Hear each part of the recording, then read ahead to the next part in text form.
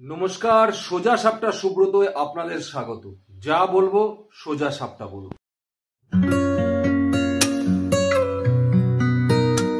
দেখুন, এই প্রতিবেদনে আপনাদের একটি ভিডিও দেখাবো, যে ভিডিও দেখলে আপনারা বুঝতে পারবেন যে বাংলাদেশের হিন্দু মেয়েরা যারা এই মুহূর্তে দাঁড়িয়ে স্কুল কলেজে পড়ে, তাদের ক্ষেত্রে স্কুলে যাওয়া কলেজে যাওয়াটা কতটা দুর্বিষহ হয়ে উঠেছে আপনারা নিজেরাই তা বুঝতে পারবেন। দেখুন, ভারতবর্ষে অনেক সরকার এসেছে, অনেক সরকার গেছে, কিন্তু একমাত্র যদি হিন্দুদের সম্পর্কে কেউ ভেবে থাকে বা হিন্দুদের ভালো কেউ ভেবে থাকে, সেটা একমাত্র বিজেপি সরকার, নরেন্দ্র মোদীর সরকার ভেবেছে বাংলাদেশে। তার কারণ দেখুন, বাংলাদেশে প্রত্যেকটা মুহূর্তেই হিন্দুরা নিপীড়িত হয়েছে, নির্যাতিত হয়েছে। শেখ হাসিনা যখন ছিল তখনও হয়েছে, কিন্তু শেখ হাসিনা চলে যাওয়ার পরে সেই নির্যাতনটা যেন সীমাহীন জায়গায় পৌঁছে গেছে, সহ্যের বাইরে চলে গেছে। কারণ একাধিকবার আমরা দেখেছি হিন্দুদের বাড়িঘর লুট হচ্ছে, হিন্দু মহিলারা ধর্ষণ হচ্ছে, হিন্দু ঘরের যুবকদের খুন করা হচ্ছে, তাদেরকে কেটে টুকরো টুকরো করে ফেলা হচ্ছে। দেখেছি সেখান থেকে হিন্দুরা পালিয়ে বাঁচার জন্য ভারতবর্ষে আসার জন্য ভারতের বর্ডারের, বাংলাদেশের বর্ডারের কাছে গলা জলে দাঁড়িয়ে হাহাকার করছে, তারা ভারতবর্ষে যেতে চায়, বাংলাদেশে আর তারা থাকতে চায় না। দেখেছি আমরা দুর্গাপুজো বন্ধের জন্য বাংলাদেশে মিছিল বার করা হয়েছে, যে মিছিল থেকে স্লোগান উঠেছে যে দুর্গাপুজো তারা করতে দেবে না। যেখানে যেখানে দুর্গাপুজো করতে পারছে হিন্দুরা, সেখানে সেখানে জামাতদের 5 লাখ 7 লাখ টাকা টাকা তাদেরকে তোলা দিতে হচ্ছে, তবে তারা দুর্গাপুজো তাদেরকে করতে দিতে হচ্ছে। প্রশাসন থেকে দুর্গাপুজো কমিটিগুলোকে চাপ দেওয়া হচ্ছে যাতে দুর্গাপুজোর ভাসান যেখানে যেখানে করছে সন্ধ্যে 6টার মধ্যে ভাসান দিয়ে দেওয়া হয়, বিকাল বিকাল ভাসান দিয়ে দিতে হবে, সন্ধ্যের পরে আর কিছু করা যাবে না। এমনকি ভাসানে কোনো রকম সঙ্গীত গান উচ্চস্বরে কোনো মাইক ব্যবহার করা যাবে না। আজানের সময় আপনারা কোনো মাইক ব্যবহার করতে পারবেন না, মাইক যাতে না বাজে, মাইক যেন বন্ধ থাকে, এরকম নির্দেশিকা বারবার আসছে। এটা আপনারা সবাই মিডিয়াতে দেখেছেন। একবার বুঝতে পেরেছেন, যখন নরেন্দ্র মোদী সিএ চালু করেছিল সেই সময় দাঁড়িয়ে বিরোধীরা একদম নেমে পড়েছিলেন, কংগ্রেস সহ, যে শুধুমাত্র কেন বাংলাদেশ, পাকিস্তান, আফগানিস্তান থেকে সংখ্যালঘুরা ধর্মীয় কারণে উৎপীড়িত হলেই তারাই কেন নাগরিকত্ব পাবে, কেন মুসলমানরা পাবে না? আচ্ছা, আপনাদের কাছে এখনো পর্যন্ত এরকম কোনো খবর আছে যে বাংলাদেশে ধর্মীয় কারণে কোনো মুসলমান উৎপীড়িত হয়ে ভারতবর্ষে এসেছে? নেই। যা হচ্ছে হিন্দুদের ওপরেই অত্যাচার হচ্ছে, এবং একমাত্র তারা হিন্দু বলেই অত্যাচার হচ্ছে, তারা সেখানে সংখ্যালঘু বলেই অত্যাচার হচ্ছে। তাই সেখানে দাঁড়িয়ে যদি একমাত্র ভারতবর্ষে কোনো সরকার তাদের কথা চিন্তা করে থাকে, তাহলে সেটা একমাত্র নরেন্দ্র মোদীর সরকারই চিন্তা করেছে। কিন্তু বাংলাদেশে এই মুহূর্তে দাঁড়িয়ে যে পরিস্থিতি তৈরি হয়েছে, যে ভিডিওটা আপনাদেরকে দেখাবো বলেছিলাম, সেই ভিডিওটা একবার আপনারা দেখে নিন, তাহলেই বুঝতে পারবেন যে বাংলাদেশের বর্তমান পরিস্থিতি কোন জায়গায় গিয়ে দাঁড়িয়েছে। যে ছোট ছোট মেয়েরাও স্কুলে আর যেতে চাইছে না, এমন পরিস্থিতি স্কুলের তৈরি হয়েছে বাংলাদেশে। আগামী দিনে বাংলাদেশ হিন্দু শূন্য হবে এ বিষয়ে কোনো সন্দেহ নেই, কিন্তু তার আগে কত হাজার হাজার লক্ষ লক্ষ হিন্দুদের আরো মেরে ফেলা হবে, কেটে ফেলা হবে, বাড়ি লুট করা হবে, তাদের বাড়ির মহিলাদের ধর্ষণ করা হবে, এটাই এখন প্রশ্নাতীত হয়ে দাঁড়িয়েছে। একবার দেখে নিন ভিডিও। আমাদেরকে বলছে যে তোমরা কোরআন শরীফের সূরা মুখস্থ করবা, 7 দিনের মধ্যে সূরা মুখস্থ করবা, তাই নাইলে হিজাব করবা। হিজাব ছিল, হিজাব থেকে ওরা হিজাব করতে বলছে, আবার পর্দা করতে বলছে। তাই পর্দা না করলে তোমাদের শরীর মেয়েরা ছেলেরা দেখতে পাবে, গাল দেয় ক্লাসে, আবার স্যারেরা বাজেভাবে আমাদেরকে গালি দেয়। তোর ক্লাসে কি বলছে? আমাদের ক্লাসে যে স্যার বললো যে তোমরা হিন্দু মেয়েরা কয়েকজন আছে দাঁড়াও, তারপর আমরা দাঁড়াইলাম, বলতেছে তোমরা হিজাব পড়ো না কেন? বললাম যে স্যার আমরা হিজাব কেন পড়বো, ইসলাম পড়বো। কয় না, তোমরা যে হিজাব পড়ো না, তোমরা রাস্তা দিয়ে যে হাঁটো, ছেলেরা তোমাদের শরীর থেকে আকর্ষিত হয়, এই জন্য তোমাদের হিন্দু মেয়েদের আজকাল বিয়ে হচ্ছে না। তারপর বাজেভাবে নোংরা ভাষায় গালি দেয় স্যার। তারপর বলে যে হিজাব পড়ে আসবা, পরের দিন থেকে পড়ে আসবা। আর আমাদের পড়ার মাঝখানে বাজে ভাষা অনেক। তোমরা যে গীতা পাঠ করতেছো, তোমাদের বাবা মা কি গীতা পাঠের মাহাত্ম্য বুঝে? আমরা যদি না বুঝতাম তাহলে কি পড়তাম?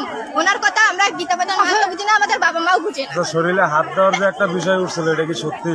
আরো ইচ্ছে আরো কত নোংরা ভাষায় কথা বলে, যত নেগেটিভ কথা আছে ক্লাসের মধ্যে বেশি বলে। আমাদের হচ্ছে ধর্মীয় স্যার, মুসলিম ধর্ম ক্লাসে যত নেগেটিভ ধরনের কথা আছে সবকিছু উল্লেখ করে। আর বাবা মাকে গালি দেয়। মূর্তি পূজা করলে কি হয়, মূর্তি পূজা করে লাভ কি, এসব কথা বলে। শিবলিঙ্গ নিয়ে অনেক ধরনের কথা বলে। সেই স্যারের নাম কি?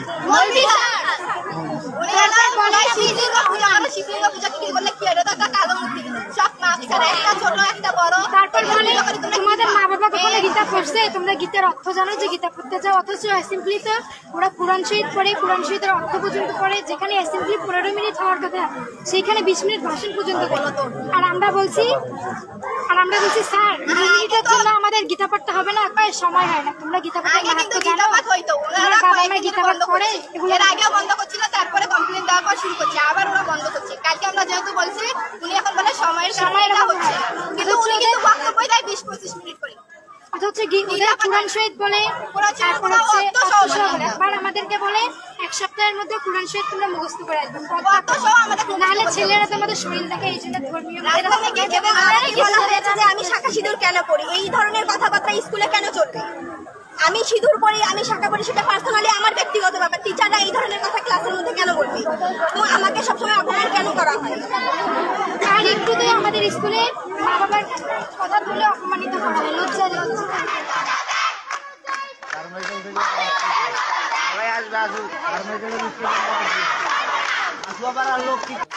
দেখলেন ভিডিওটা? এদের এই কথাগুলো শোনার পরে আপনার মনে হয় বাংলাদেশে হিন্দু মেয়েরা আর স্কুলে যেতে পারবে বা যাওয়ার মতো সেই পরিস্থিতি আর তাদের থাকবে? এই যে ভিডিওটা আপনাদের দেখালাম, এটা হলো বাংলাদেশের রংপুর জেলার মুসলিম উদ্দিন বালিকা উচ্চ বিদ্যালয়ের একটা স্কুলের মাস্টার কি বলছেন। উচ্চ বিদ্যালয়ের মাস্টার, হায়ার সেকেন্ডারি স্কুলের, বলছে মেয়েদের যে তোমরা হিজাব পরো না বলেই ছেলেরা তোমাদের দিকে কুনজরে তাকায়, তোমাদের শরীর দেখে ছেলেরা আকৃষ্ট হয় তোমরা হিজাব পরো না বলে। ভাবতে পেরেছেন? হিজাব ওদের পড়তে হবে বলেছেন, কোরআনের আয়াত মুখস্থ করতে হবে বলেছে। তাদের মা বাবাকে গালাগালাজ করে কেন? কারণ তারা মূর্তি পুজো করে, তাই। তাদের একটা ধর্মীয় ক্লাস হতো, যারা হিন্দুরা ছিল তাদের একটা ধর্মীয় ক্লাস হতো, মুসলিমদেরও ধর্মীয় ক্লাস হতো। হিন্দুদের ধর্মীয় ক্লাসটা বন্ধ হয়ে গেছে, ওখানে গীতা ফিতা পড়ানো হবে না, কোরআনই পড়তে হবে সবাইকে বলছেন। কি পরিস্থিতি তৈরি হয়েছে ভাবেন একবার। শাখা সিঁদুর কেন পড়ে এসছে? যে সমস্ত মেয়েদের গ্রামে গঞ্জে কি হয়, তাড়াতাড়ি বিয়ে হয়ে যায়, তারা শাখা পড়েও পলা পড়ে স্কুলে আসে। শাখা পলা পড়ে আসা যাবে না বলছে। মূর্তি পূজা করে কেন বাড়িতে, তার জন্য গালিগালাজ করা হয় স্কুলের মধ্যে। ভাবতে পেরেছেন পরিস্থিতি?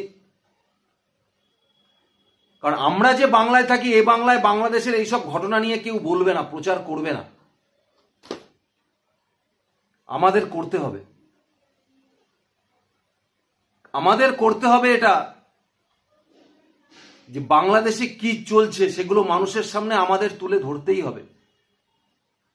বাংলাদেশ থেকেই একাধিক বন্ধুরা এই ফেসবুকের বা সোশ্যাল মিডিয়ার সুবিধার্থে তারা আমাকে এগুলো ফরওয়ার্ড করে।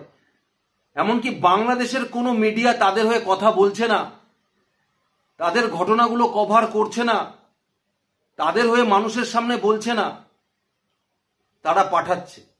কোথায় গেল সেই ইউনিস? 84 বছরের শান্তির দাদুটা কোথায় গেল?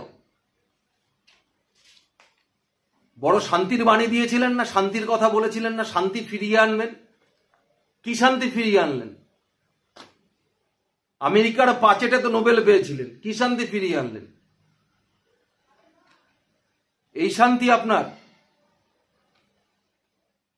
তাই সবার আগে বাংলাদেশে সংখ্যালঘুদের নিরাপত্তা দিন, সবার আগে সংখ্যালঘুদের নিরাপত্তা দিন।